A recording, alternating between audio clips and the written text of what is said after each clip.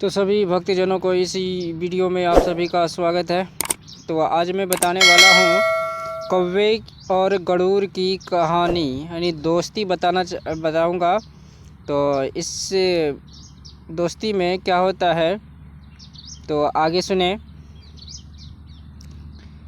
कहानी महाभारत और भागवत गीता की है। कई लोक कथाओं में इस कहानी का जिक्र मिलता है। एक कौवे की गरुड़ से दोस्ती हो गई। दोनों काफ़ी समय साथ गुजारते थे। उनमें मित्रता इतनी गहरी हो गई थी कि आपस में कभी कोई बात नहीं छिपाते थे। एक दिन दोनों एक नदी के किनारे पेड़ पर बैठे बात कर रहे थे।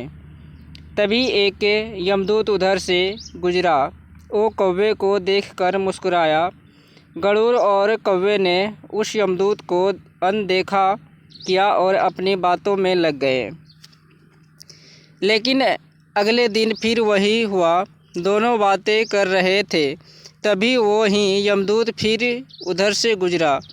वो फिर कौवे को देखकर मुस्कुराया। इस बार कौवे को कुछ शंका हुई। उसने गरुड़ से कहा कि ये यमदूत मुझे देख कर कल भी मुस्कुराया था और आज भी वैसे ही मुस्कुराया। कुछ गड़बड़ है। हो सकता है मेरी मृत्यु आने वाली है।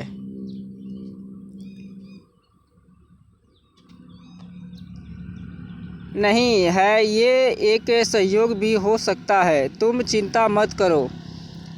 2-3 और ऐसे ही निकले। रोज़ यमदूत कौवे को देखकर मुस्कुराता। अब तो कौवे को यकीन हो गया कि निश्चित ही मेरी मौत नज़दीक है। उसने गरुड़ से कहा, मित्र, मैं मरना नहीं चाहता, लेकिन ये यमदूत ज़रूर 1-2 दिन में मेरे प्राण निकाल कर ले जाएगा। ये रोज़ ही मुझे देखकर मुस्कुराता है। गरुड़ को भी लगा कि हो सकता है कौवे का शक सही हो। उसने कौवे को धैर्य बांधाया। गरुड़ ने कौवे से कहा, तुम चिंता मत करो मित्र, मैं तुम्हें यहाँ से इतनी दूर ले जाऊँगा कि ये यमदूत तुम्हें दिखाई ही ना दे। गरुड़ ने कौवे को अपनी पीठ पर बैठाया और उस जंगल से हज़ारों किलोमीटर दूर कैलाश पर्वत पर ले गया। दोनों को अब ये डर नहीं रहा कि यहाँ कोई उन्हें परेशान कर सकता है। लेकिन वे जैसे ही कैलाश पर्वत पर पहुंचकर एक गुफा तक पहुँचे, वहाँ वो यमदूत पहले से ही बैठे थे। कौवे को देखते ही उस पर पासा फेंक कर उसके प्राण निकाल लिए।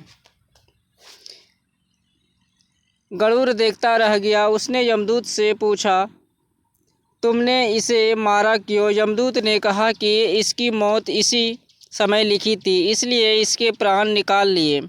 गरुड़ ने फिर पूछा, तो फिर तुम इसे देखकर उस जंगल में मुस्कुराते क्यों थे? इसे मारना ही था तो वहीं मार देते। यमदूत ने जवाब दिया, इसकी मौत कैलाश पर्वत पर ही लिखी थी, लेकिन 4-5 दिन पहले इसे उस जंगल में देखकर मुझे ये आश्चर्य हो रहा था कि ये इतने कम समय में वहाँ पहुँचेगा कैसे,